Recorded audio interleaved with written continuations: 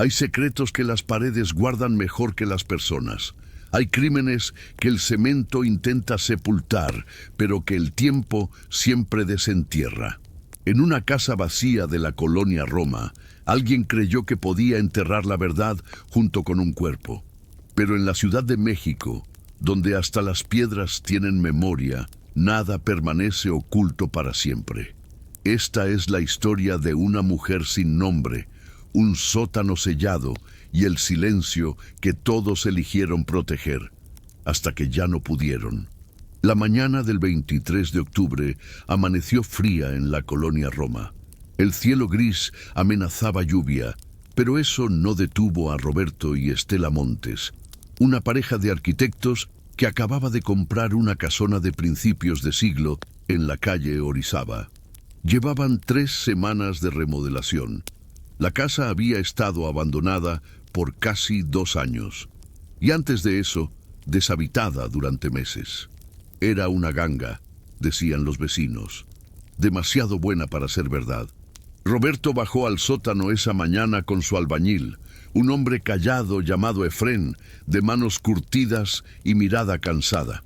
Iban a nivelar el piso de tierra para poner cemento nuevo, pero cuando Efrén levantó el primer tramo de ladrillos viejos, notó algo extraño. «Patrón», dijo sin levantar la voz, «estos tabiques no son tan viejos». Roberto se acercó y se arrodilló junto a él. Tenía razón. Los ladrillos estaban dispuestos de manera irregular, como si alguien los hubiera colocado apurado. Debajo había una capa de arena húmeda mezclada con restos de cemento suelto. No tenía sentido. El resto del sótano era de tierra compacta, antigua, con décadas de uso.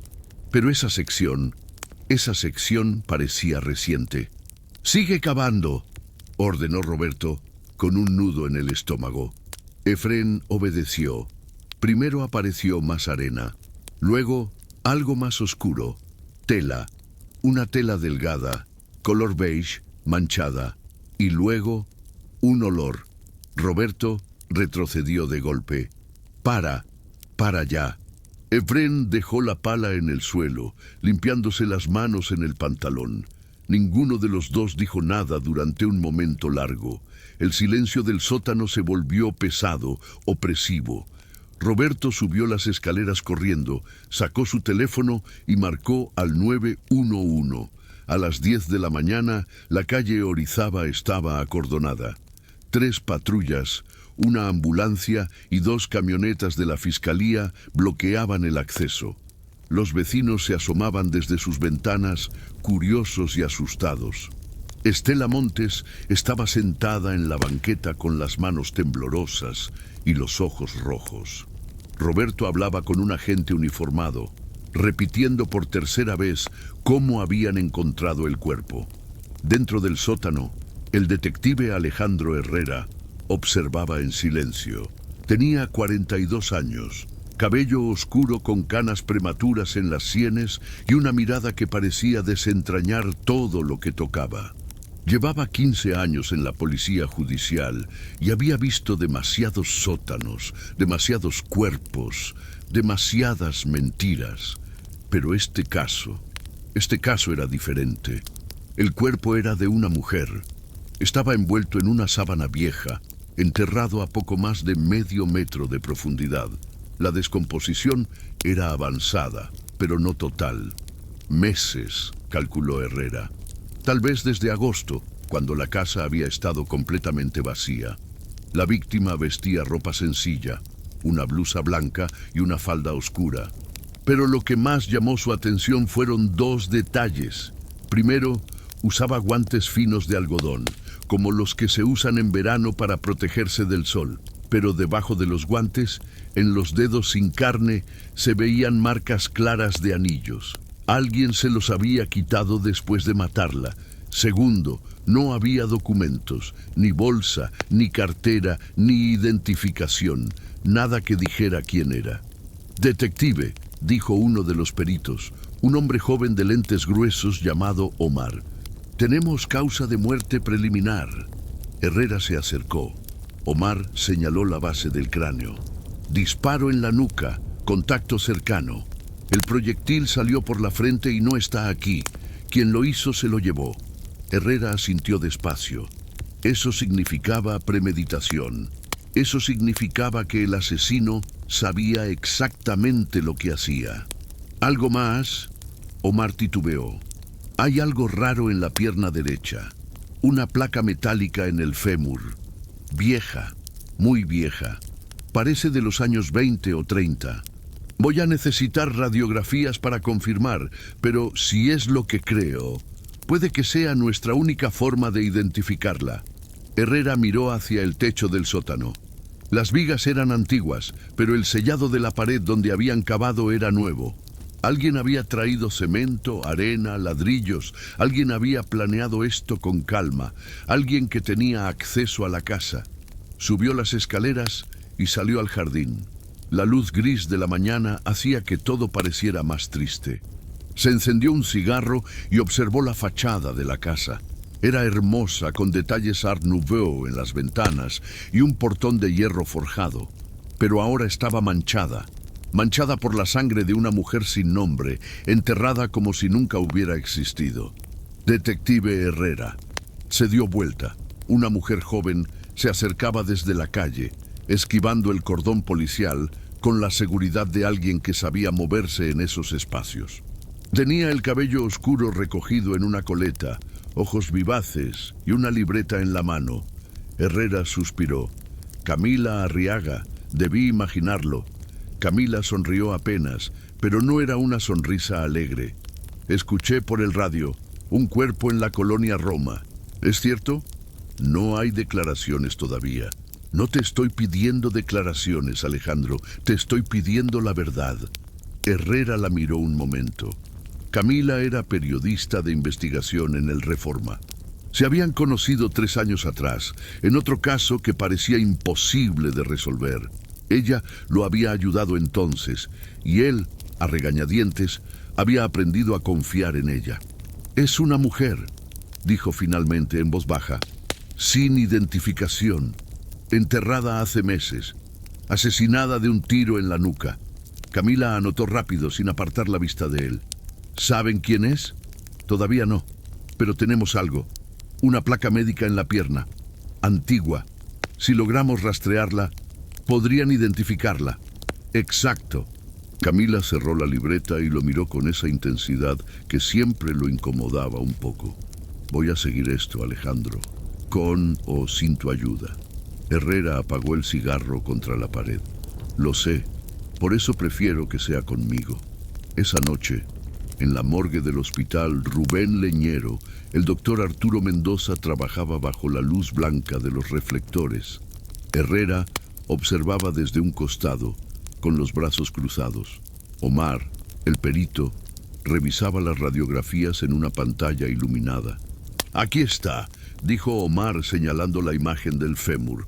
Placa de acero con aleación experimental. Mira la forma. Esto no es estándar. Se usó solo en ciertos hospitales entre 1927 y 1929. Hay registro de los lotes distribuidos.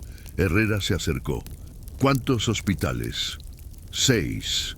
3 en la Ciudad de México, 2 en Guadalajara, 1 en Oaxaca. Oaxaca, repitió Herrera. Empieza por ahí. Consigue los nombres de todos los pacientes que recibieron esa placa. Mujeres, entre 30 y 50 años en el momento de la cirugía. Omar asintió y salió apurado. El doctor Mendoza se quitó los guantes y se acercó a Herrera. Hay algo más que deberías saber, detective. Herrera lo miró. Dime, las marcas de los anillos bajo los guantes no son de anillos baratos. Son profundas. Quien los usaba siempre. Y eran varios. Alguien se tomó el trabajo de quitárselos después de matarla. ¿Por qué harías eso? Herrera entrecerró los ojos. Porque esos anillos podían identificarla. O porque valían algo. O ambas cosas. Herrera salió de la morgue cerca de medianoche. Afuera, la ciudad seguía viva, ruidosa, indiferente. Caminó hasta su auto y se quedó sentado un momento, con las manos en el volante. Una mujer sin nombre, una casa vacía, un sótano sellado con cuidado y en algún lugar alguien que creía haber enterrado su secreto para siempre. Pero Alejandro Herrera había aprendido algo en 15 años de oficio.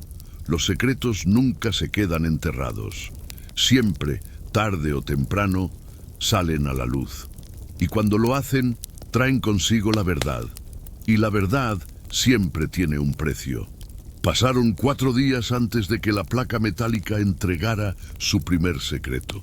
Omar trabajó sin descanso, revisando archivos polvorientos en hospitales de Oaxaca, cruzando lotes de distribución con registros quirúrgicos que llevaban décadas guardados en cajas de cartón. Algunos documentos estaban manchados de humedad, otros apenas legibles, pero el perito era meticuloso y su paciencia dio frutos. El 28 de octubre, a las 3 de la tarde, Omar entró a la oficina de Herrera con una carpeta café en las manos y una expresión de triunfo contenido. La encontré. Herrera levantó la vista de su escritorio, donde había estado revisando el informe de la casa de la calle Orizaba. Los dueños anteriores habían vendido la propiedad 2 años atrás, después de que una supuesta sobrina robara una bolsa con llaves y documentos. Nunca la habían denunciado formalmente, pero el dato estaba ahí. Alguien tenía acceso. ¿Quién es?, preguntó Herrera, dejando el informe a un lado. Omar abrió la carpeta sobre el escritorio. María Guadalupe Waterhouse Cortés. 38 años al momento de la cirugía, operada en el Hospital General de Oaxaca en 1928 por fractura de fémur tras un accidente de tranvía. La placa coincide con el lote registrado. Es ella, detective. Estoy seguro. Herrera tomó la hoja con los datos. Había una fotografía adjunta, vieja y borrosa, tomada para un documento de identidad. Una mujer de rasgos delicados, cabello oscuro recogido en un moño bajo, mirada seria. No sonreía. ¿Qué más sabemos de ella? Omar pasó otra hoja. Trabajó como secretaria en el Colegio Roland, una escuela preparatoria privada en Oaxaca. Estuvo ahí desde 1932 hasta agosto de este año. Soltera, sin familia cercana registrada. Vivía sola en un departamento pequeño cerca del centro de la ciudad. Herrera leyó en voz alta. Colegio Roland. ¿Sigue operando? Sí. Es una institución pequeña pero prestigiosa. Hijos de familias acomodadas. Tiene buen nombre. Herrera cerró la carpeta y se recargó en su silla. Si María trabajaba ahí desde hace más de 20 años, alguien debe saber algo. Alguien debe haberla extrañado. Omar titubeó. Hay algo más, detective. Revisé los registros de renta en la Ciudad de México. María alquiló un cuarto amueblado en la colonia Santa María La Ribera en agosto. Lo rentó bajo el nombre de Guadalupe Cortés, sin el Waterhouse. Pagó por adelantado, en efectivo, por 2 semanas. Nunca regresó a recoger sus cosas. Herrera frunció el ceño. ¿Por qué vendría a la Ciudad de México en agosto? ¿Y por qué usar un nombre falso? No lo sé, pero el casero recuerda que ella llegó acompañada de un hombre, alto, de unos 40 años, con cejas muy marcadas. Nunca dio su nombre. Herrera sintió que algo empezaba a encajar, aunque todavía no podía ver la imagen completa. Necesito ir a Oaxaca, hablar con la gente del colegio, ver dónde vivía, averiguar por qué dejó todo para venir aquí. Omar asintió. ¿Quieres que te acompañe? No, tú sigue aquí. Revisa los registros de la casa en la calle Orizaba. Quiero saber quién tuvo acceso a esa propiedad en los últimos 2 años. Cada visita, cada llave prestada, cada movimiento.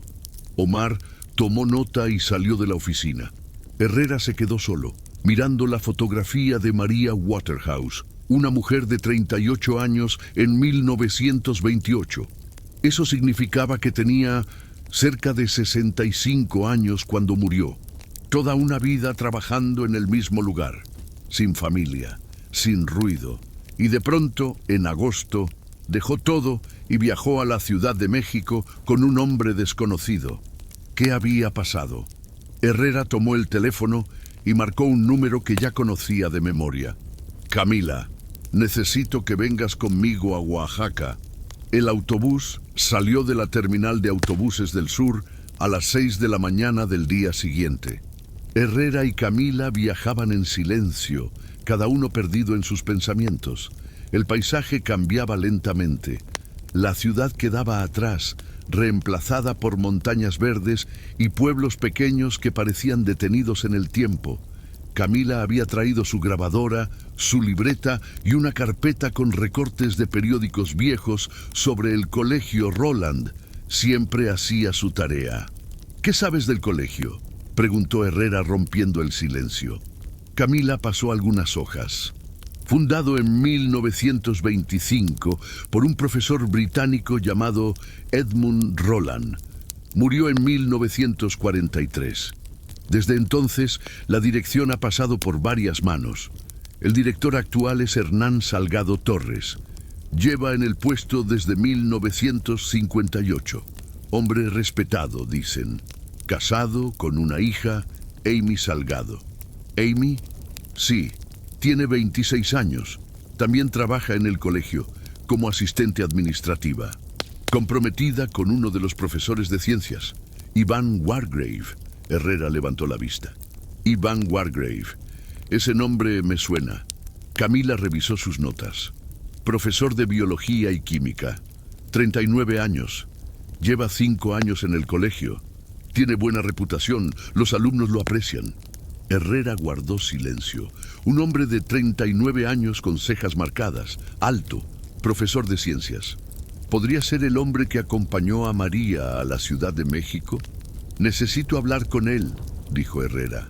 Y con el director, y con cualquiera que haya conocido a María. Camila lo miró de reojo. ¿Crees que alguien del colegio está involucrado? No lo sé, pero María trabajó ahí por más de 20 años. Si alguien sabe por qué dejó todo en agosto, es alguien de ahí. Llegaron a Oaxaca al mediodía. La ciudad era hermosa, con sus calles empedradas y edificios coloniales pintados de colores vivos. Pero Herrera no estaba ahí para admirar el paisaje. El colegio Roland estaba ubicado en una calle tranquila, a pocas cuadras del centro. Era un edificio de 2 pisos, con fachada blanca y ventanas de madera oscura. Un jardín pequeño y bien cuidado rodeaba la entrada principal. Todo parecía ordenado, pulcro, respetable. Herrera y Camila entraron por la puerta principal. Una mujer joven los recibió en la recepción. Rubia, de ojos claros, con un vestido azul marino y una sonrisa automática. Buenos días. ¿En qué puedo ayudarlos? Herrera mostró su placa. Detective Alejandro Herrera, de la Ciudad de México. Necesito hablar con el director Hernán Salgado. La sonrisa de la mujer se congeló. ¿Es algo grave? Es un asunto oficial. ¿Podría avisarle que estamos aquí? La mujer asintió y desapareció por un pasillo. Herrera y Camila esperaron en silencio, observando el lugar. Las paredes estaban decoradas con fotografías de generaciones antiguas, premios académicos, diplomas.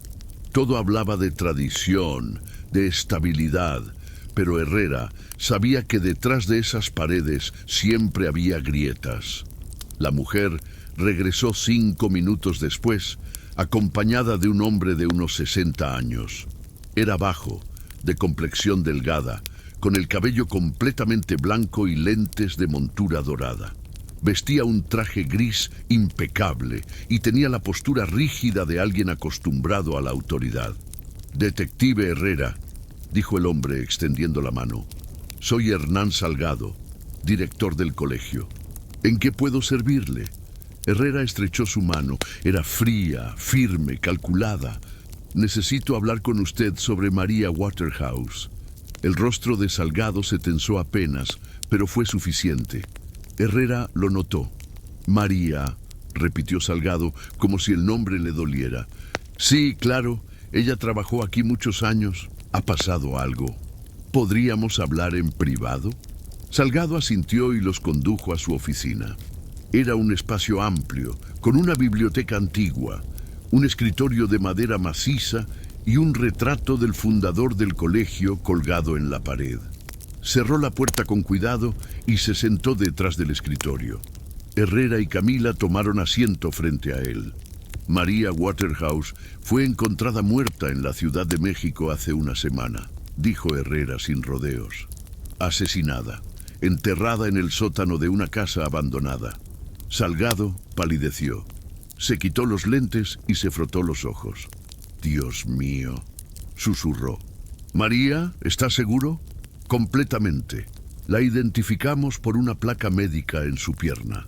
Salgado guardó silencio un momento largo. Cuando volvió a hablar, su voz temblaba ligeramente. Esto es terrible. María era una mujer discreta, trabajadora. Llevaba aquí desde 1932. Nunca causó problemas. ¿Cuándo fue la última vez que la vio?, preguntó Herrera. Salgado dudó. A finales de julio, creo. Renunció de manera repentina. Dijo que tenía asuntos personales que atender en la capital. No dio más detalles. Le pagamos su liquidación y se fue. Pensé que tal vez tenía familia allá o alguna oportunidad mejor. ¿Le pareció extraño que renunciara así de golpe después de tantos años? Sí, francamente, pero María siempre fue reservada. No era de las que compartían su vida privada. Camila intervino por primera vez. ¿Ella tenía alguna relación cercana con alguien del colegio, algún amigo, algún conflicto? Salgado la miró con cierta desconfianza. ¿Y usted es Camila Arriaga, periodista? Estoy colaborando con el detective Herrera. Salgado apretó los labios. No me gusta hablar de temas delicados frente a la prensa. Entonces, hable solo de lo que pueda comprobar, dijo Herrera. Esta es una investigación de homicidio, señor Salgado, no un escándalo. Pero si no coopera, podría convertirse en uno. Salgado respiró hondo. María era eficiente, pero hace unos meses recibí una carta anónima. Decía que ella había cometido pequeños robos en el pasado. Cosas menores, pero suficientes para manchar su reputación. No sé si era cierto, pero me puso en una posición difícil. ¿Qué hizo con esa carta? La guardé. No quise exponerla públicamente, pero tampoco podía ignorarla. Le hablé en privado. Ella lo negó todo. Pero después de eso, las cosas cambiaron. Se volvió más distante. Herrera sintió que algo no encajaba. ¿Todavía tiene esa carta? Sí, está en mi archivo. Necesito verla. Salgado se levantó, caminó hacia un archivero y sacó un sobre amarillento. Se lo entregó a Herrera. La carta estaba escrita a máquina, sin firma, sin remitente. Acusaba a María de haber robado dinero y objetos personales de estudiantes años atrás. Herrera leyó en silencio. Era vaga, pero lo suficientemente específica para sembrar duda. ¿Quién más sabía de esta carta? Nadie. Solo yo. ¿Está seguro? Salgado titubeó. Bueno, tal vez mi esposa, Phyllis, y posiblemente mi hija, Amy, pero nadie más. Herrera guardó la carta en su carpeta. Necesito hablar con el profesor Iván Wargrave. Salgado se puso rígido. ¿Iván? ¿Por qué? Porque tengo razones para creer que él pudo haber visto a María antes de su muerte. Eso es imposible. Iván es un hombre honorable. Está comprometido con mi hija. Aún así, necesito hablar con él. Salgado cerró los ojos un momento, como si luchara contra algo dentro de sí. Está dando clases ahora. Termina a las 4. Esperaremos. Salgado los acompañó hasta la puerta de su oficina, pero antes de que salieran, dijo en voz baja: Detective, por favor, sea discreto. Este colegio tiene una reputación que cuidar. Herrera lo miró fijamente. La reputación de un colegio no vale más que la vida de una mujer, señor Salgado. Y salió sin esperar respuesta. Afuera, en el pasillo, Camila caminaba junto a él. Está mintiendo, dijo ella en voz baja. Lo sé, respondió Herrera. La pregunta es, ¿en qué? Y mientras esperaban a que terminaran las clases, Herrera sintió que las piezas del rompecabezas empezaban a moverse, pero aún faltaba la más importante, la pieza que lo explicaría todo. A las 4 de la tarde, el timbre del colegio sonó con un eco metálico que recorrió los pasillos vacíos. Los estudiantes salieron en tropel, ruidosos y despreocupados, ajenos al drama que se desarrollaba en las oficinas administrativas. Herrera y Camila esperaban en un salón pequeño que Salgado había puesto a su disposición. Era un cuarto sin ventanas, con una mesa de madera rayada y 4 sillas desiguales. Olía a tiza y a papel viejo. La puerta se abrió y entró un hombre alto, de hombros anchos y porte atlético. Tenía el cabello castaño oscuro, peinado hacia atrás, y unas cejas gruesas y marcadas que dominaban su rostro. Vestía un suéter de lana gris y pantalones de vestir. Sus ojos eran oscuros, inteligentes, pero en ese momento mostraban algo más: inquietud. «¿Detective Herrera?», preguntó con voz grave. Herrera se puso de pie y le extendió la mano. «Iván Wargrave, supongo». «Sí. El director me dijo que querían hablar conmigo». «¿Esto tiene que ver con María?». Herrera notó que no dijo la señorita Waterhouse o la secretaria. Dijo María. Había familiaridad ahí. «Siéntese, por favor». Wargrave tomó asiento frente a ellos. Juntó las manos sobre la mesa, pero Herrera notó que sus dedos temblaban ligeramente. «¿Cuándo fue la última vez que vio a María Waterhouse?», preguntó Herrera sin preámbulos. Wargrave tragó saliva. «En julio, poco antes de que renunciara». «¿Hablaron?». «Brevemente, en el pasillo. Me dijo que iba a dejar el colegio. No me dio detalles». «¿Le pareció extraño?». «Sí. María llevaba aquí desde antes de que yo llegara. Era parte del lugar, pero no era mi lugar preguntar». Camila intervino, con tono casual pero afilado. «¿Usted conocía bien a María?». Wargrave la miró con cautela. «¿Usted es policía?». «Periodista». «Camila Arriaga». Wargrave apretó la mandíbula. «No sé si debería hablar con la prensa presente». «Entonces hable solo conmigo», dijo Herrera. «Pero hable con la verdad, profesor Wargrave, porque si descubro que me está mintiendo, voy a empezar a pensar que tiene algo que ocultar». Wargrave respiró hondo. «Está bien. Sí, conocía a María, más de lo que debería haber admitido. Teníamos una relación amistosa, hablábamos de vez en cuando. Ella era inteligente, culta, me prestaba libros. Hablábamos de ciencia, de historia, de cosas que no podía hablar con otros aquí». «¿Su prometida sabía de esa amistad?». Wargrave desvió la mirada. «Amy no lo entendería. Ella es diferente, más joven, no comparte mis intereses». «¿María y usted se vieron fuera del colegio?». Wargrave dudó demasiado tiempo. Herrera lo notó. «Profesor Wargrave, tengo un testigo que dice que usted acompañó a María a la Ciudad de México en agosto. Un casero que los vio juntos en un cuarto rentado en la colonia Santa María la Ribera». El rostro de Wargrave perdió todo el color. «Yo no sé de qué me habla». «No me mienta», dijo Herrera inclinándose hacia adelante, «porque si me miente ahora, todo lo que diga después dejará de tener valor. Y cuando encontremos pruebas que lo vinculen con su muerte, y las vamos a encontrar, usted será el principal sospechoso». Wargrave cerró los ojos. Por un momento pareció a punto de derrumbarse. Luego, con voz quebrada, habló. «Está bien, sí. Fui con ella a la Ciudad de México. Pero no fue lo que usted piensa. Entonces dígame qué fue». Wargrave se pasó las manos por el cabello.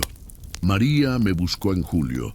Estaba desesperada. Me dijo que alguien la estaba chantajeando. Alguien que sabía cosas de su pasado. Cosas que podían destruirla. Me pidió ayuda». «¿Qué clase de cosas?». «No lo sé con certeza. Ella mencionó algo sobre robos pequeños, hace muchos años. Yo no le creí capaz de eso, pero ella insistía en que era verdad. Dijo que necesitaba dinero para pagar al chantajista, o de lo contrario iba a exponer todo frente al director. ¿Y usted le dio dinero? No tenía suficiente, pero le ofrecí acompañarla a la Ciudad de México. Ella tenía un contacto allá, alguien que supuestamente podía ayudarla. Rentamos ese cuarto porque necesitaba un lugar donde quedarse mientras arreglaba las cosas. Yo solo estuve con ella 2 días, luego regresé a Oaxaca. ¿Quién era ese contacto?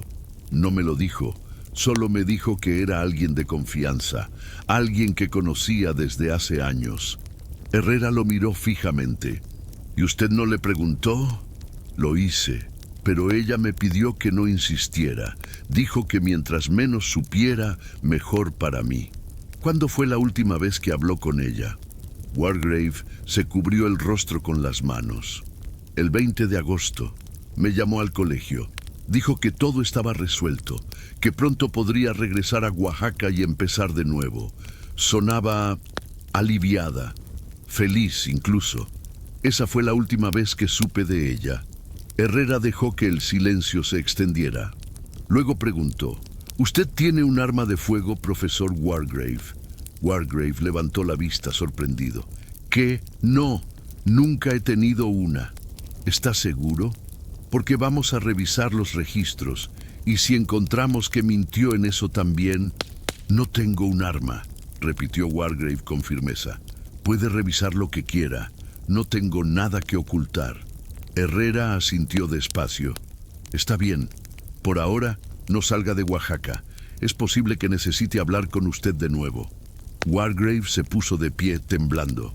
Detective, yo no la maté. Tiene que creerme. Yo solo quería ayudarla. Entonces ayúdeme ahora. Piense. ¿Hay algo más que recuerde? Algo que María haya dicho, algún nombre, algún lugar. Wargrave se quedó inmóvil un momento, como buscando en su memoria. Luego negó con la cabeza. No, lo siento. Ojalá pudiera recordar algo más. Salió de la habitación con los hombros caídos, como si llevara un peso invisible. Camila esperó a que se cerrara la puerta y luego habló. ¿Le crees? Herrera se recargó en la silla. Creo que está diciendo la verdad sobre algunas cosas, pero también está ocultando otras. ¿Cómo que? No lo sé todavía, pero hay algo que no encaja. Si María llamó el 20 de agosto diciendo que todo estaba resuelto, ¿por qué terminó muerta días después? Camila escribió en su libreta. Tal vez el chantajista no quedó satisfecho. O tal vez el chantajista decidió que era más fácil eliminarla que seguir cobrándole. Se quedaron en silencio un momento. Luego Herrera se puso de pie. Necesito hablar con más gente, con la esposa del director, con la hija, con cualquiera que haya estado cerca de María en julio. Camila cerró su libreta. Yo voy a hablar con los comerciantes de la zona, a ver si alguien recuerda haber visto a María antes de irse. Bien, nos vemos en el hotel a las 8. Herrera pasó las siguientes horas entrevistando al personal del colegio. La mayoría apenas recordaba a María. Era una sombra discreta que hacía su trabajo sin llamar la atención. Pero una de las profesoras de literatura, una mujer mayor llamada Beatriz, le dio un dato interesante. María cambió en los últimos meses, dijo Beatriz sentada en su pequeña oficina llena de libros. Antes era tranquila, pero en mayo o junio, no sé, se veía preocupada, nerviosa, como si algo la persiguiera. Le preguntó qué pasaba. Lo intenté, pero ella solo sonreía y decía que todo estaba bien. Yo sabía que mentía. ¿Notó si alguien más le prestaba atención? ¿Alguien que la buscara con frecuencia? Beatriz dudó. Bueno, el profesor Wargrave. Él la visitaba en su oficina de vez en cuando. Pensé que era algo profesional, pero ahora que lo pienso, tal vez había algo más. Herrera tomó nota. ¿Alguien más? El director, Hernán. Él la llamaba a su despacho con frecuencia, más de lo habitual. Mi oficina está al lado de la suya y a veces los escuchaba discutir. Herrera levantó la vista. ¿Discutir? ¿Sobre qué? No lo sé, pero la voz de Hernán sonaba tensa, casi amenazante, y María salía de ahí con los ojos rojos. Herrera sintió que algo se removía en su mente, una pieza nueva, oscura, que no había visto antes. ¿Cuándo fue la última vez que los escuchó discutir? A finales de julio, poco antes de que ella se fuera. Herrera le agradeció y salió de la oficina. Caminó de regreso hacia el despacho del director, pero Salgado ya se había ido. La secretaria le informó que había salido temprano, con un asunto familiar urgente. Herrera apretó los dientes. No le gustaban las coincidencias. Salió del colegio justo cuando el sol comenzaba a ocultarse detrás de las montañas. El cielo se tiñó de naranja y púrpura. Las calles de Oaxaca se llenaron de sombras largas. Mientras caminaba hacia el hotel, su teléfono sonó. Era Omar. «Detective, encontré algo. Dime». Revisé los registros de la casa en la calle Orizaba. Hubo un robo reportado hace 2 años. Una sobrina de los antiguos dueños entró con una llave que no debía tener y se llevó una bolsa con documentos y otra copia de la llave. Nunca la encontraron. Pero aquí está lo interesante. El reporte dice que la supuesta sobrina tenía cabello oscuro, complexión delgada, unos 40 años. La descripción coincide con María. Herrera se detuvo en seco. ¿María robó las llaves de esa casa? Es posible. Y si lo hizo, eso significa que sabía cómo entrar, que conocía el lugar, o que alguien le pidió que robara esas llaves. Omar guardó silencio un momento. ¿Crees que fue parte de un plan? Cada vez estoy más seguro de eso. Alguien la usó. Alguien que sabía exactamente lo que hacía. Herrera colgó y siguió caminando, pero ahora su mente trabajaba a toda velocidad. María no era solo una víctima inocente.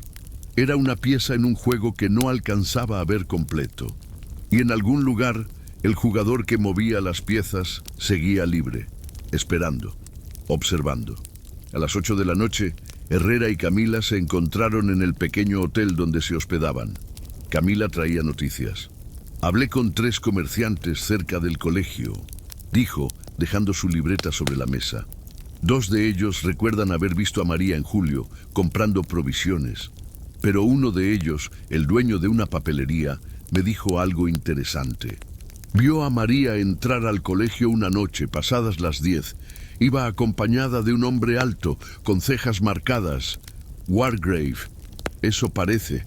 Pero hay más.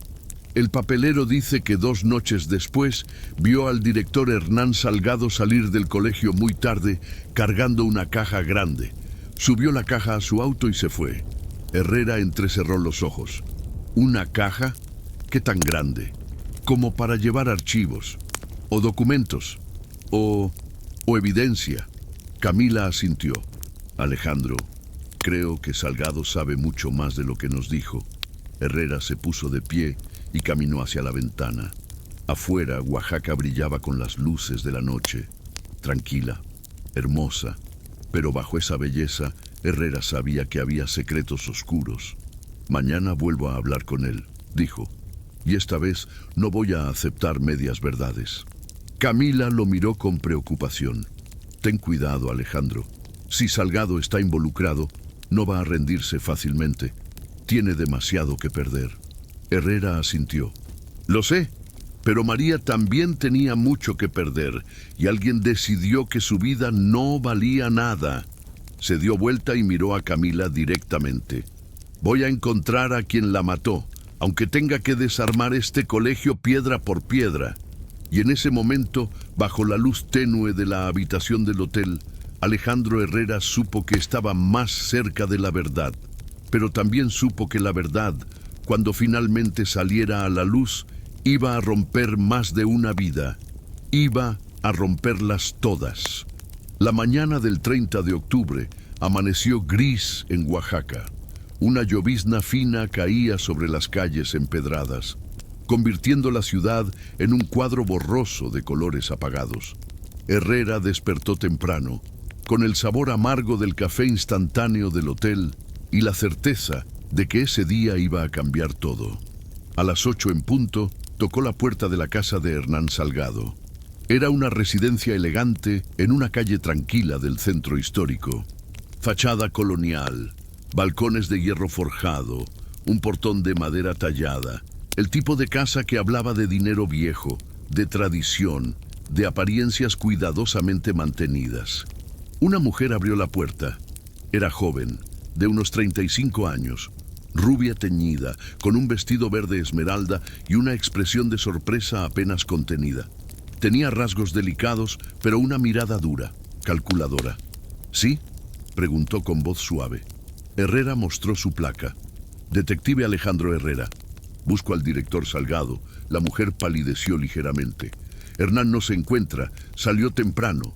¿Y usted es...? Phyllis Salgado, la esposa del director. Herrera notó algo en su tono.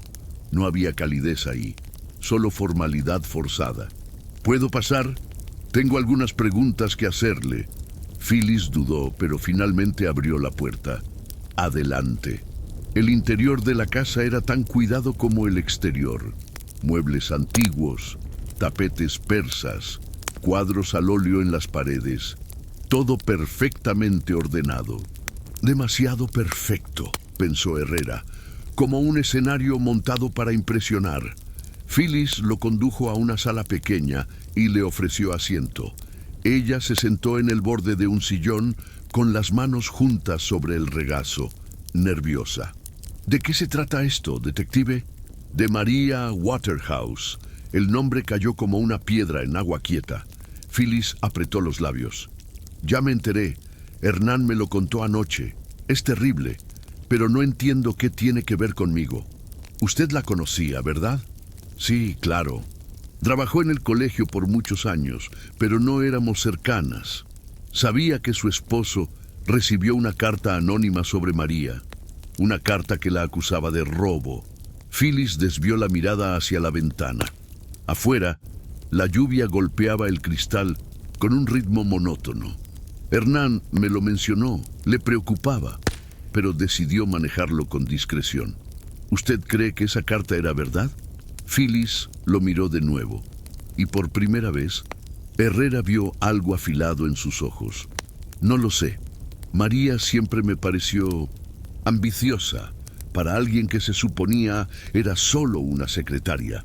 ¿Ambiciosa? Llevaba joyas costosas, detective, anillos que no podía pagar con su sueldo, y ropa fina. Siempre me pregunté de dónde sacaba el dinero. Herrera anotó mentalmente. Las joyas, los anillos que alguien se había tomado la molestia de quitarle después de matarla. ¿Usted vio a María en julio, antes de que se fuera? Phyllis asintió despacio. Una vez. Vino a la casa a recoger unos documentos que Hernán necesitaba para el colegio. Estaba tensa, inquieta, como si tuviera prisa por irse. ¿Habló con ella? No mucho, solo un saludo breve, pero noté que llevaba una maleta pequeña en su auto, como si estuviera preparándose para un viaje. ¿Le pareció extraño? Phyllis se encogió de hombros. No en ese momento, pero ahora todo parece extraño. Herrera dejó que el silencio se extendiera un momento. Luego preguntó, «Señora Salgado, su esposo tiene un arma de fuego». La pregunta la tomó por sorpresa. Phyllis abrió los ojos. ¿Un arma? No. Hernán nunca ha tenido armas. Las detesta. ¿Está segura? Completamente. ¿Por qué lo pregunta? Herrera no respondió. En cambio, preguntó, ¿conoce al profesor Iván Wargrave? Phyllis asintió. Sí, es el prometido de Amy, mi hijastra. ¿Cómo describiría su relación con María? Phyllis titubeó. Herrera notó que elegía sus palabras con cuidado. Profesional, supongo. Aunque hubo rumores. ¿Qué tipo de rumores? Que Iván pasaba mucho tiempo en la oficina de María, más de lo necesario. Amy estaba molesta por eso, pero Iván insistía en que solo era trabajo. ¿Usted qué cree? Phyllis lo miró directamente. Creo que los hombres mienten, detective, especialmente cuando tienen algo que ocultar. Herrera sintió que había verdad en esas palabras. pero también sintió que Phyllis estaba desviando la atención, protegiendo a alguien, tal vez a su esposo. Una última pregunta, señora Salgado. ¿Usted sabe si María tuvo acceso a alguna propiedad en la Ciudad de México? ¿Algún lugar donde pudiera haberse quedado? Phyllis negó con la cabeza. No, que yo sepa, pero María era reservada, no compartía ese tipo de cosas. Herrera se puso de pie. Gracias por su tiempo. Si recuerda algo más, por favor comuníquese conmigo. Le entregó una tarjeta. Phyllis la tomó sin decir nada. Cuando Herrera salió de la casa, la lluvia había amainado. Caminó hacia el colegio, con la mente trabajando a toda velocidad. Phyllis sabía más de lo que decía. Estaba protegiendo a alguien. ¿Pero a quién? ¿A su esposo? ¿A Wargrave? ¿A sí misma? En el colegio, Herrera buscó a Amy Salgado. La encontró en una oficina pequeña, revisando archivos con expresión concentrada. Era una mujer joven, de unos 26 años, con el cabello castaño recogido en una trenza y ojos claros que heredaba de su padre. Vestía de manera conservadora, blusa blanca, falda gris, zapatos cerrados. Todo en ella gritaba respetabilidad. «Señorita Salgado», dijo Herrera desde la puerta. «Necesito hablar con usted». Amy levantó la vista y frunció el ceño. «¿Usted es el detective de la Ciudad de México?» «Así es». Amy dejó los archivos sobre el escritorio y cruzó los brazos. «No tengo nada que decir sobre María Waterhouse. No le estoy preguntando. Le estoy informando que necesito hablar con usted. Ahora». Amy apretó la mandíbula, pero asintió. Cerró la puerta de la oficina y se sentó frente a él. «¿Qué quiere saber? ¿Cuándo fue la última vez que vio a María?» «En julio, antes de que renunciara». «¿Hablaron?» «No, no tenía nada que hablar con ella». «¿Por qué?» Amy lo miró con frialdad. «Porque no me agradaba. Era una mujer que se creía más de lo que era». «¿Y qué era?» «Una secretaria. Nada más». Herrera notó el desprecio en su voz. Había algo personal ahí, algo que iba más allá de diferencias profesionales. Sabía que su prometido, Iván Wargrave, tenía una relación cercana con María. El rostro de Amy se endureció. «Iván me explicó todo eso. Eran solo conversaciones. Nada inapropiado». «¿Usted le cree?» «Por supuesto que le creo. Iván es un hombre honorable». Entonces no le molestó que él la acompañara a la Ciudad de México en agosto. Amy se quedó inmóvil. Por un segundo, su máscara de control se resquebrajó. Eso es mentira». «No, señorita Salgado. Es un hecho. Tengo testigos que los vieron juntos». Amy cerró los ojos. Cuando los abrió, había lágrimas contenidas ahí. «Él me dijo que era un viaje de trabajo, que iba a una conferencia. Me mintió». «¿Qué más le mintió?» Amy no respondió. Solo miraba hacia el escritorio con las manos temblorosas. «Señorita Salgado, si sabe algo que pueda ayudarme a resolver este caso, necesita decírmelo ahora. María fue asesinada. Alguien le disparó en la nuca y la enterró como si fuera basura. Si Iván tuvo algo que ver...» «Iván no la mató», estalló Amy, poniéndose de pie. «Él es incapaz de hacer algo así. Entonces, ayúdeme a descartarlo. Dígame todo lo que sepa». Amy respiró profundo. Se limpió las lágrimas con el dorso de la mano. «Está bien. Sí, sabía que Iván y María se veían, no solo en el colegio. A veces él iba a su departamento. Lo sé porque lo seguí una vez». Herrera se inclinó hacia adelante. «¿Cuándo?» «En junio, una noche. Iván me había dicho que tenía una reunión, pero yo desconfiaba. Lo seguí hasta el departamento de María. Entró. Salió 2 horas después. ¿Lo confrontó? No. Me sentía humillada. Pero guardé silencio porque no quería escándalos. Mi padre ya estaba lidiando con la carta anónima sobre María. No quería agregar más problemas». Herrera sintió que algo encajaba. Esa carta anónima, ¿quién la escribió? Amy lo miró directo a los ojos. «No lo sé. Pero mi padre la recibió en su oficina del colegio. Alguien la dejó ahí sin firma, sin remitente. ¿Usted cree que fue alguien del colegio? Tiene que serlo. ¿Quién más sabría detalles del pasado de María? ¿Usted la escribió? Amy retrocedió como si la hubieran abofeteado. ¿Cómo se atreve? Responda la pregunta. No, yo no escribí esa maldita carta. Pero quien lo hizo le hizo un favor a este colegio. María era un problema. Y todos lo sabíamos. Herrera la estudió un momento. Había rabia ahí, celos, resentimiento, pero había culpa. Una última pregunta. ¿Su padre tiene un arma de fuego? Amy frunció el ceño. No, mi padre odia las armas. Nunca ha tenido una. ¿Está segura? Completamente. ¿Por qué todos me preguntan eso? Herrera no respondió. Se puso de pie y caminó hacia la puerta. Antes de salir, se dio vuelta. Señorita Salgado, si recuerda algo más, cualquier cosa, por favor búsqueme. Porque si no encuentro al verdadero culpable pronto, todos en este colegio van a quedar bajo sospecha. Y salió, dejando a Amy sola con sus lágrimas y sus secretos. Esa tarde, Herrera recibió una llamada de Omar. Detective, tengo algo. Revisé los registros del Colegio Roland. Encontré facturas de compra de materiales de construcción hechas en agosto. Cemento, arena, ladrillos.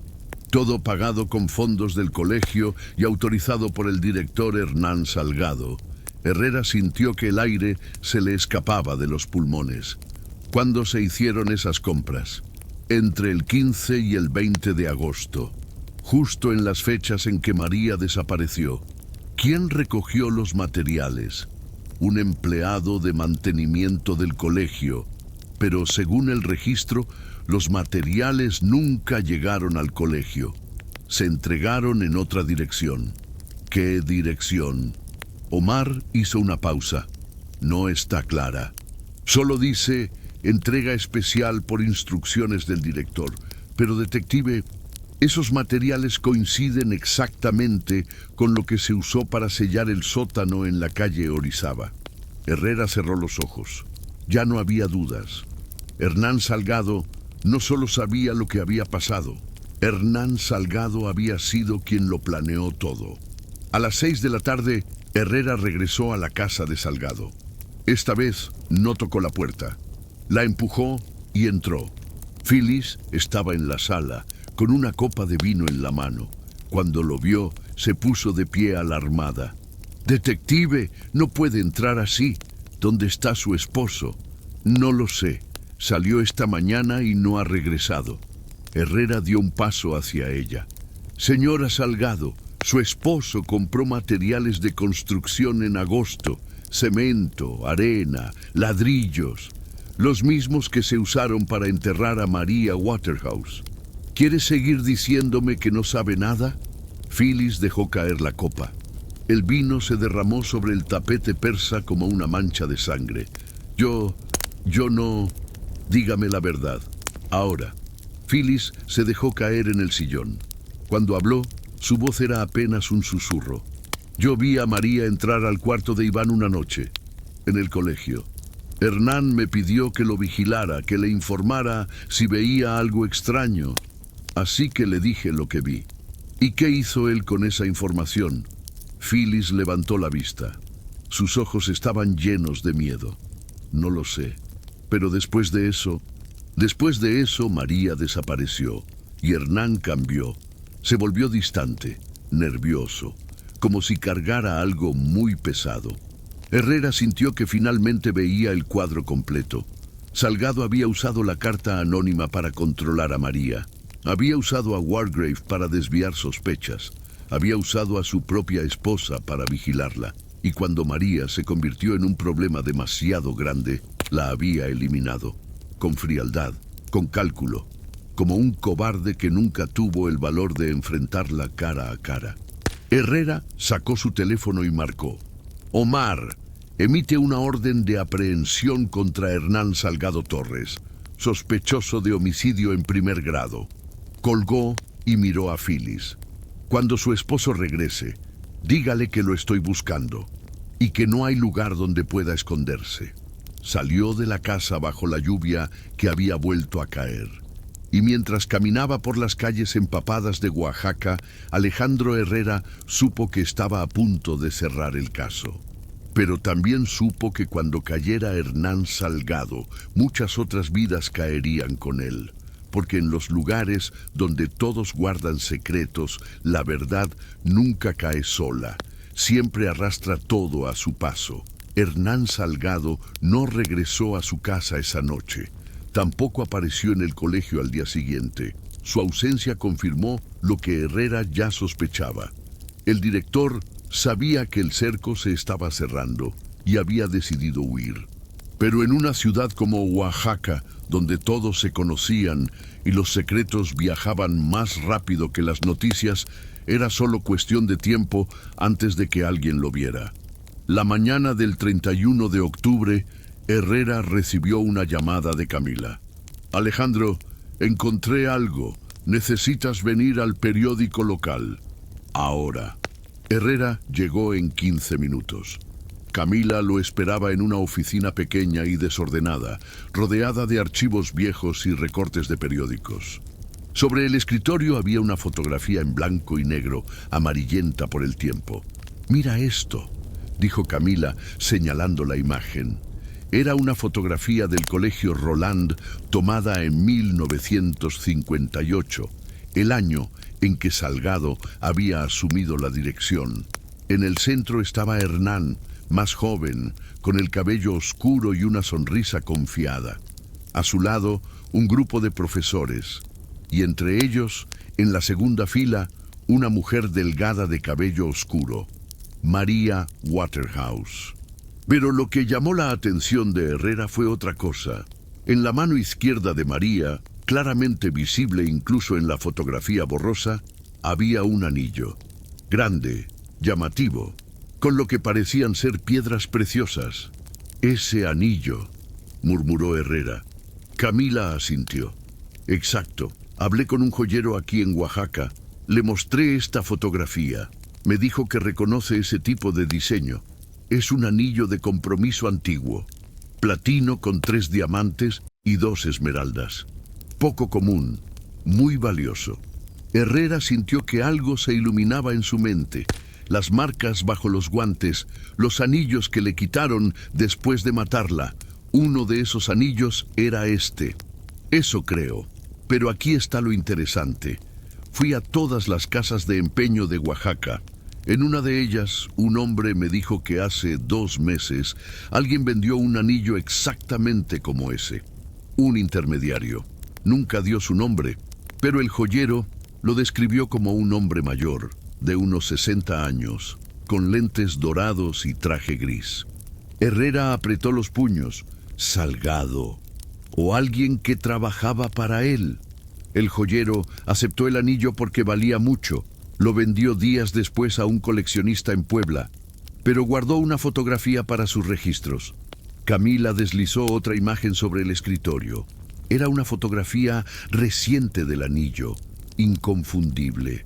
Platino, 3 diamantes, 2 esmeraldas, el mismo que María usaba en la fotografía de 1958. «Esto lo conecta directamente con el crimen», dijo Herrera. «No solo mató a María, también se quedó con sus joyas. Las vendió para deshacerse de la evidencia». Camila se recargó en la silla. «Pero hay algo que no entiendo. ¿Por qué María tenía ese anillo? Si era solo una secretaria, ¿de dónde sacó algo tan valioso?» Herrera miró la fotografía antigua de nuevo. María estaba de pie junto a los profesores, pero su mirada no estaba dirigida a la cámara. Estaba mirando hacia un costado, hacia alguien que no aparecía en la fotografía.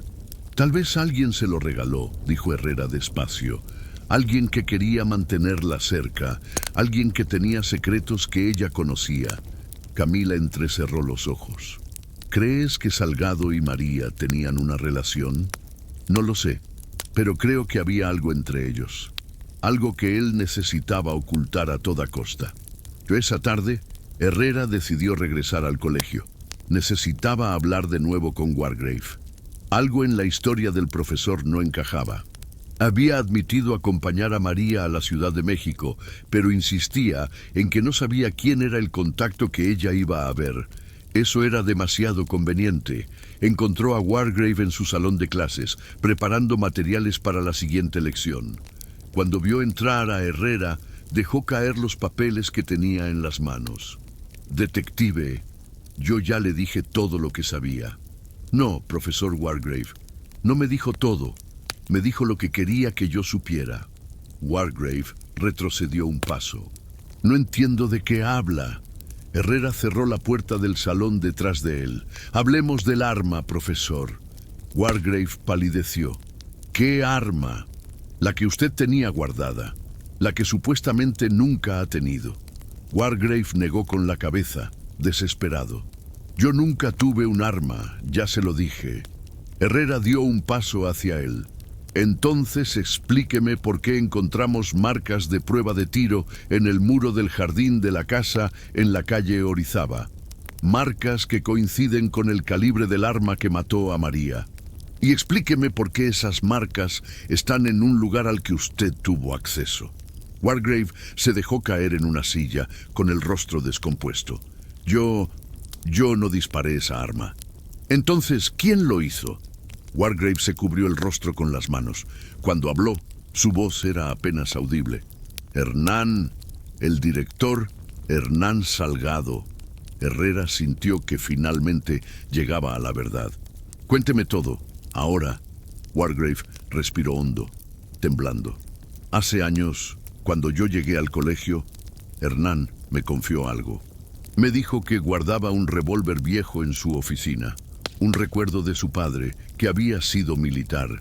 Me pidió que lo guardara en mi casa porque Phyllis no quería armas en su hogar. Yo acepté. Lo guardé en un cajón cerrado y nunca lo toqué». «¿Y qué pasó con esa arma?» «En agosto, Hernán vino a mi casa. Dijo que necesitaba el revólver de regreso, que iba a venderlo. Yo se lo di sin preguntar.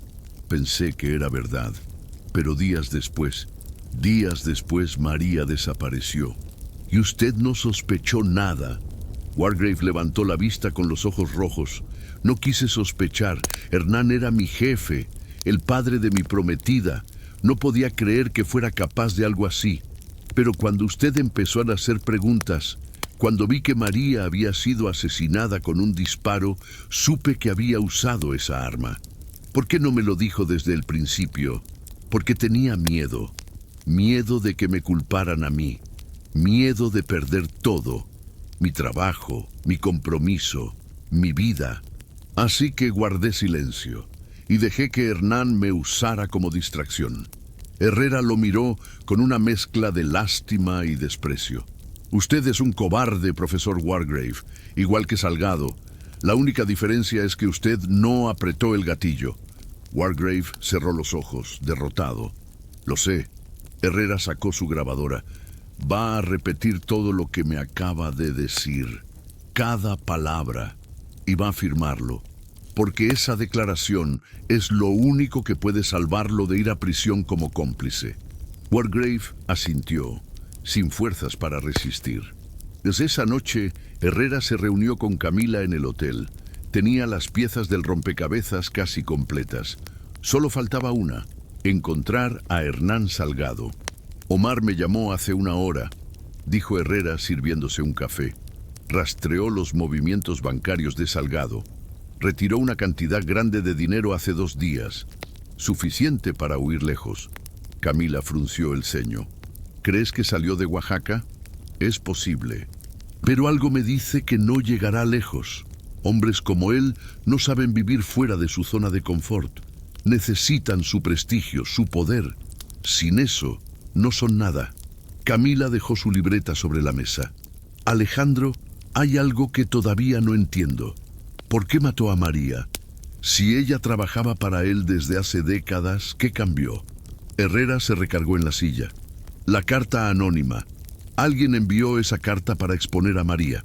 Y cuando Hernán la recibió, tuvo 2 opciones: despedirla públicamente y arriesgarse a que ella hablara de lo que sabía sobre él, o silenciarla para siempre. ¿Qué sabía María? Eso es lo que todavía necesito averiguar.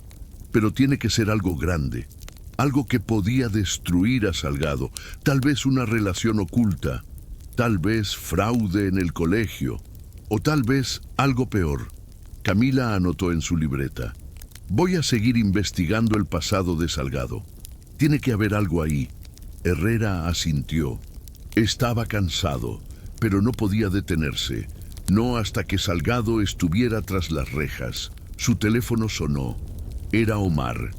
Detective, lo encontramos. Hernán Salgado está en un hotel en Puebla. La policía local lo tiene vigilado. Esperan su orden para arrestarlo. Herrera se puso de pie de inmediato. Diles que no lo pierdan de vista. Salgo para allá ahora. Colgó y miró a Camila. Lo tenemos. Camila sonrió apenas. Ve, termina esto. Herrera tomó su chaqueta y salió corriendo del hotel. Afuera, la noche de Oaxaca era fría y silenciosa. Subió a su auto y condujo hacia la autopista, con el corazón acelerado. Estaba a punto de cerrar el caso. Estaba a punto de hacer justicia por María Waterhouse. Pero mientras conducía por la carretera oscura, una pregunta seguía resonando en su mente. ¿Qué secreto había guardado María durante tantos años? ¿Qué secreto era tan peligroso que Hernán Salgado prefirió matarla antes que dejar que saliera a la luz? Pronto lo sabría. Porque cuando confrontara a Salgado, no lo dejaría ir hasta obtener la verdad completa, aunque tuviera que arrancarla de su garganta palabra por palabra. Herrera llegó a Puebla pasada la medianoche. La ciudad dormía bajo un cielo despejado, con estrellas que brillaban como testigos silenciosos de lo que estaba por suceder. El hotel donde se ocultaba Hernán Salgado era un lugar discreto en las afueras, de esos que no piden identificación y aceptan efectivo sin hacer preguntas. 2 patrullas de la policía local esperaban a media cuadra. Herrera se estacionó junto a ellos y bajó del auto. Un comandante de mediana edad se acercó. Detective Herrera, el sospechoso está en la habitación 207. No ha salido desde que llegó esta tarde. ¿Quiere que entremos? Herrera negó con la cabeza. Déjenme hablar con él primero. Solo intervengan si hay problemas. El comandante asintió y ordenó a sus hombres que rodearan el edificio. Herrera subió las escaleras con paso firme pero silencioso. Su corazón latía fuerte, pero su mente estaba fría, clara. Había esperado este momento durante días. Todas las piezas encajaban. Todas las mentiras se habían desmoronado. Solo faltaba la confesión. Tocó la puerta de la habitación 207. Señor Salgado, soy el detective Alejandro Herrera. Abra la puerta. Silencio. Herrera tocó de nuevo, más fuerte. Hernán Salgado, abra la puerta o la derribaré. Esta vez escuchó movimiento dentro, pasos lentos, el sonido de una cadena siendo quitada. La puerta se abrió apenas. Del otro lado estaba Hernán Salgado, pero no era el hombre pulcro y autoritario que Herrera había conocido días atrás. Este hombre tenía el cabello desordenado, la camisa arrugada, los ojos hundidos y enrojecidos. Parecía haber envejecido 10 años en 48 horas. Detective Herrera, dijo con voz quebrada, no debí huir, lo sé, pero no podía enfrentar esto. Déjeme entrar. Salgado abrió la puerta completamente. La habitación era pequeña y triste. Una cama deshecha, una maleta abierta con ropa revuelta, una botella de whisky a medio terminar sobre la mesita de noche. Herrera cerró la puerta y se quedó de pie, mirando a Salgado con dureza. «Siéntese». Salgado obedeció, dejándose caer en la única silla de la habitación. Herrera permaneció de pie, imponente. «Voy a ser directo, señor Salgado. Tengo pruebas que lo vinculan con el asesinato de María Waterhouse. Tengo los registros de compra de los materiales que usó para sellar el sótano. Tengo el testimonio del profesor Wargrave sobre el arma que le prestó. Tengo la prueba de que usted vendió el anillo de María en una casa de empeño. y tengo las marcas de prueba de tiro en el jardín de la casa donde la mató. Salgado cerró los ojos. Una lágrima rodó por su mejilla.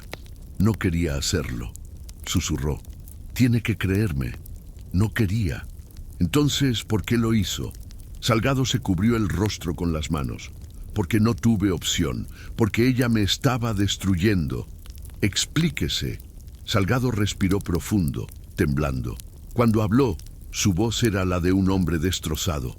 María y yo teníamos historia. Una historia que empezó hace más de 30 años. Cuando yo era joven, recién casado con mi primera esposa, Ana. María trabajaba en el colegio y yo me enamoré de ella. Fue un error, un terrible error, pero sucedió. Herrera escuchaba en silencio, sin interrumpir. Tuvimos una relación durante años, secreta. Nadie lo sabía. Le regalé joyas, dinero, promesas. Le dije que algún día podríamos estar juntos, pero nunca cumplí. Mi esposa murió en 1955 y aún así no me casé con María. Me casé con Phyllis, porque necesitaba mantener las apariencias. Y María se quedó en silencio. Siguió trabajando a mi lado como si nada hubiera pasado. Pero ella sabía la verdad. Sí, y durante años eso no fue problema. Ella nunca amenazó con hablar. Pero entonces llegó esa maldita carta.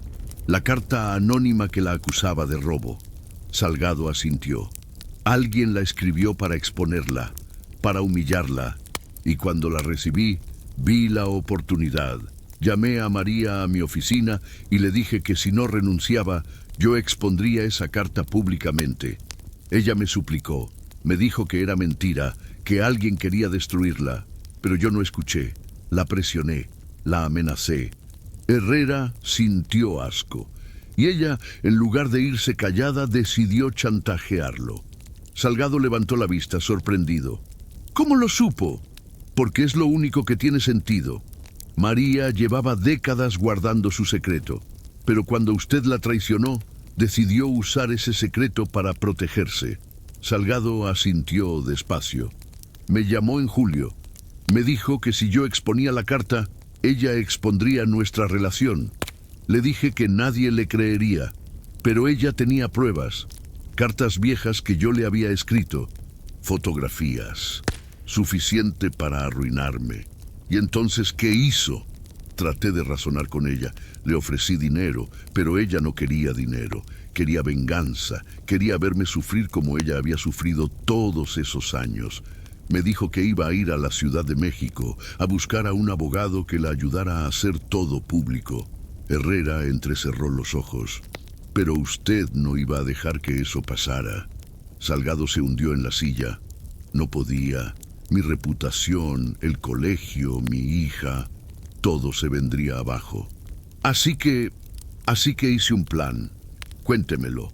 Salgado habló con voz monótona, como si recitara una confesión que había repetido 1000 veces en su cabeza. Sabía que María había robado las llaves de una casa en la Ciudad de México años atrás.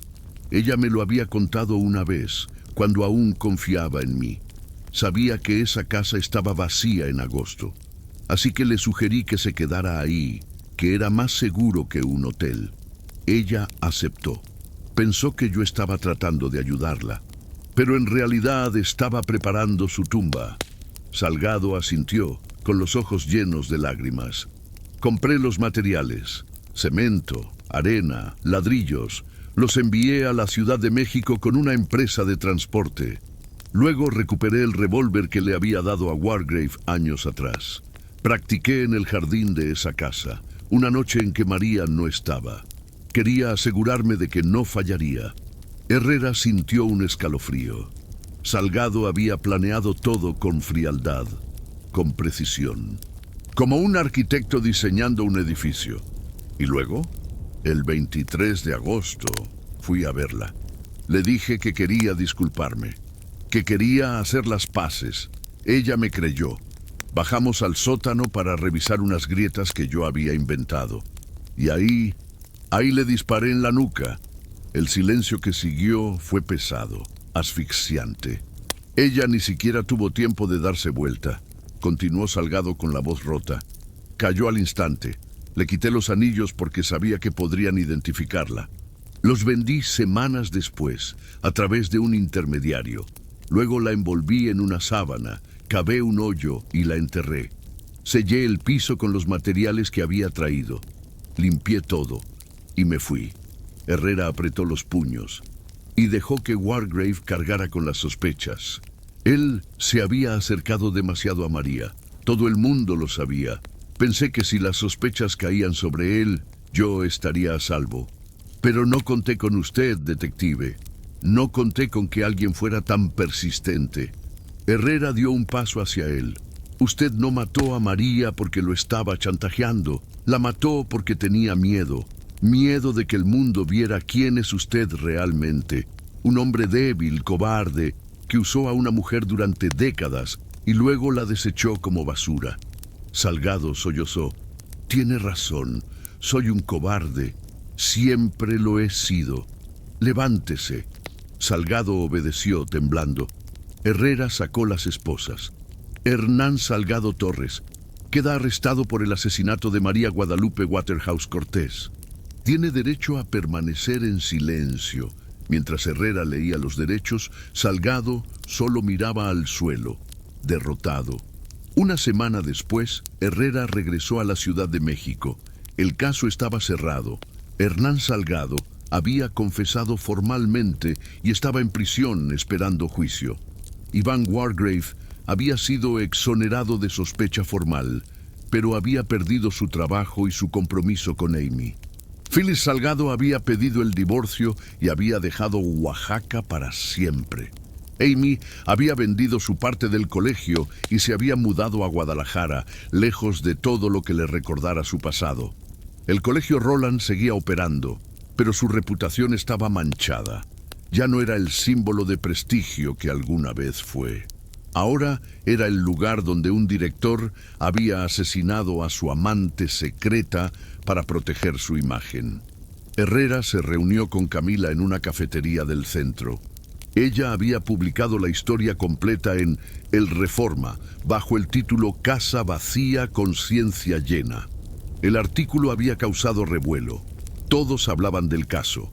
Todos tenían una opinión. «Lo lograste», dijo Camila, sirviéndole café. «Le diste justicia a María».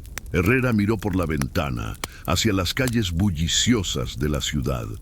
«No sé si justicia es la palabra correcta. María está muerta. Nada de lo que hice puede traerla de vuelta. Pero atrapaste a su asesino y expusiste la verdad». «Sí, pero la verdad no siempre es suficiente, Camila. A veces la verdad solo revela lo peor de la gente». Camila guardó silencio un momento. ¿Qué pasará con Salgado? ¿Pasará el resto de su vida en prisión? ¿O lo que le quede de vida? Es un hombre viejo, enfermo de culpa.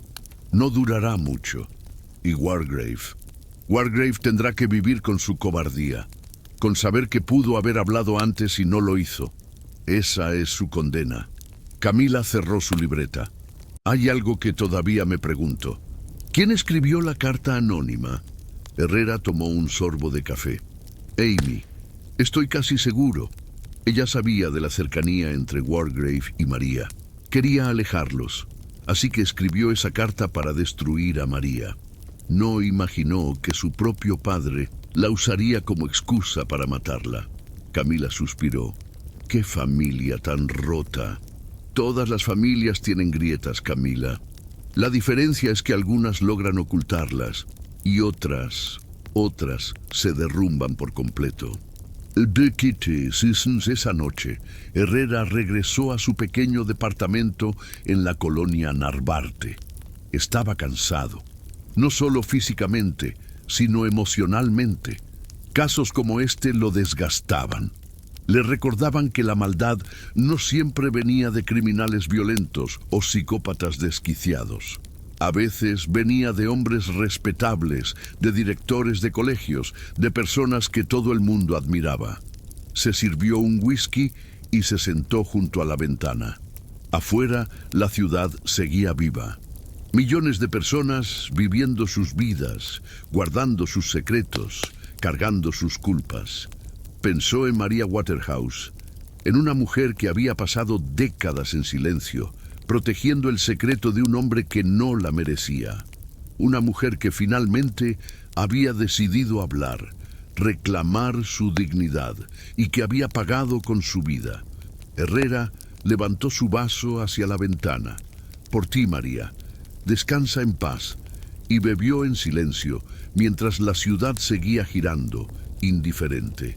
6 meses después, en el juicio final, Hernán Salgado fue sentenciado a 30 años de prisión por homicidio calificado con premeditación y alevosía. El juez fue claro en su veredicto. El acusado no solo quitó una vida, destruyó la confianza, manchó una institución y demostró que el cobarde perfecto solo existe cuando todos a su alrededor aceptan el silencio. Pero el silencio ha sido roto y la justicia, aunque tardía, ha llegado. Hernán Salgado escuchó la sentencia sin levantar la vista. Ya no era el hombre poderoso que alguna vez fue, era solo un anciano quebrado, pagando por un crimen que creyó que nunca sería descubierto. Herrera no asistió al juicio, no necesitaba ver el final. Para él, el caso había terminado el día que Salgado confesó en esa habitación de hotel en Puebla, pero de vez en cuando, en las noches tranquilas, Herrera pensaba en María, en su vida oculta, en sus años de silencio, en su valentía final. Y se recordaba a sí mismo la lección que ese caso le había enseñado. Los secretos nunca se quedan enterrados. Tarde o temprano siempre salen a la luz. Y cuando lo hacen, arrastran todo consigo. La verdad, al final, siempre cobra su precio. Siempre.